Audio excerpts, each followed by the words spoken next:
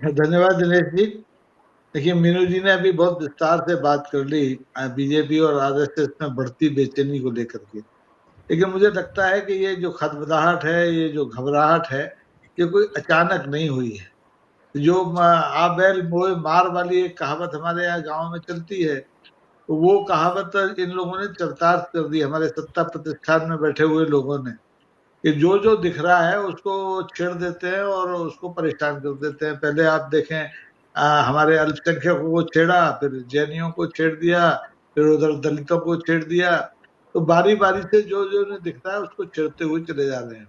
और अब जब स्थितियां विस्फोटक हो गई हैं, सचमुच में गृह युद्ध जैसी स्थितियां हो गई हैं, जैसा कि हमारे निशिकांत भाई दुबे जी ने कहा, तो अब उनके हाथ के तोते उड़ते नजर आ रहे हैं। और देखिए, बहुत छोटी छोटी घटनाएं इस देश में हो रही हैं।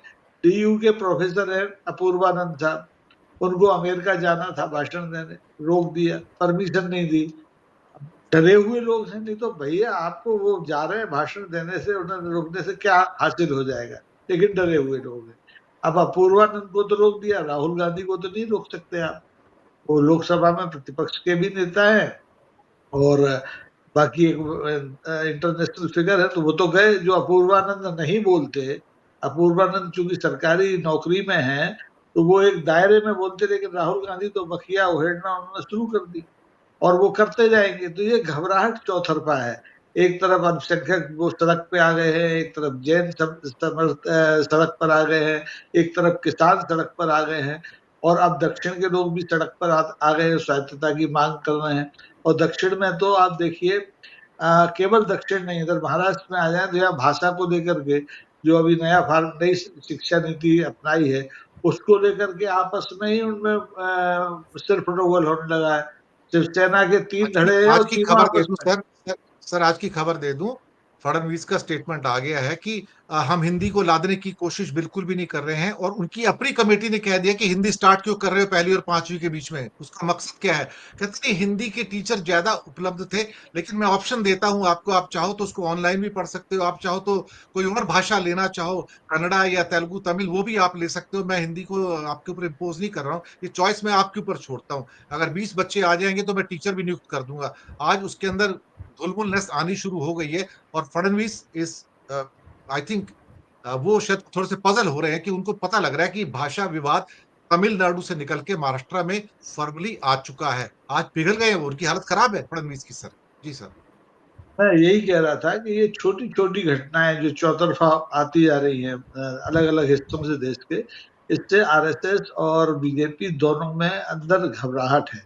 और घबराहट का ही परिणाम है कि आप देखिए कि 6 अप्रैल भी निकल गई, इनकी स्थापना का जो 45वां साल था वो भी पूरा हो गया, ये अपने लिए अध्यक्ष नहीं ढूंढ पाए।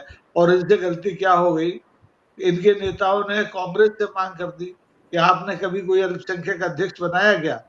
तो कांग्रेस की तरफ से फहरिस्त आ गई कि भैया हमने तो आधा दर्जन से ज्यादा बना दिए। अब इनसे कोई पूछे कि आपने कोई दलित बनाया, आपने कोई अल्पसंख्यक बनाया, कि अपना अध्यक्ष आरएसएस में बनाया हो या बीजेपी में, तो बता दो। तो इनके पास कहने के लिए कुछ नहीं है। तो इस घबराहट में हमारे यहाँ गाँव में कहते हैं स्तन्यपात होता है, जिसमें बुद्धि काम करना बंद कर देती है, आदमी मुंह से कुछ भी बोलता है, उसे पता नहीं रहता है। वो स्थिति आरएसएस की और भारतीय जनता पार्टी की हो गई है। आपने कितने मोर्चे खोल दिए हैं, आप सुप्रीम कोर्ट से लड़ रहे हैं, आप पुराने हमारे जो चुनाव आयुक्त थे उनके बहाने अल्पसंख्यकों पर दोबारा से बार कर रहे हैं। इधर धीरे से आपने चोर दरवाजे से कह दिया कि घबराइए मत, अब हम यूसीसी लेकर आ रहे हैं, सीए पे भी हमने काम कर दिया, उत्तराखंड में हमने लागू करा दिया, और हमने वक्फ बोर्ड पर भी नया कानून बना दिया।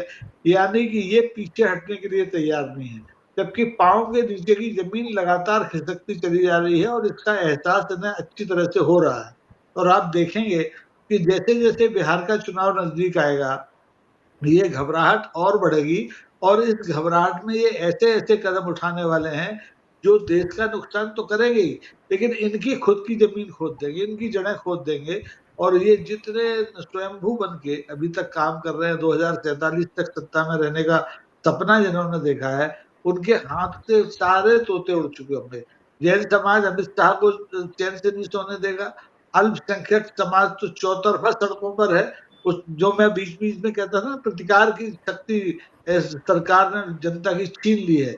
वो मुझे लगता है कि अब वो चीनी तो थी, लेकिन चौगुनी ज्यादा ताकत से, क्षमता से उभर कर वो सामने आ रही है। और इस जनता को एकत्रित होते देख करके इनको वाकई में रातों की नींद हराम हो गई है। और इसमें ये नारा कि एक जाति एक हुआ, आप कैसे दे सकते हैं, किस मुंह से दे सकते हैं? लोग इतने बेशर्म हैं कि अगर हमारे सुमन साहब राणा सांगा के बारे में इतिहास पर कोई टिप्पणी करते हैं तो इनकी करणी सेना है, वो तो अखिलेश यादव ने कहा ये कोई करणी वर्णी सेना नहीं थी, ये तो योगी सेना थी।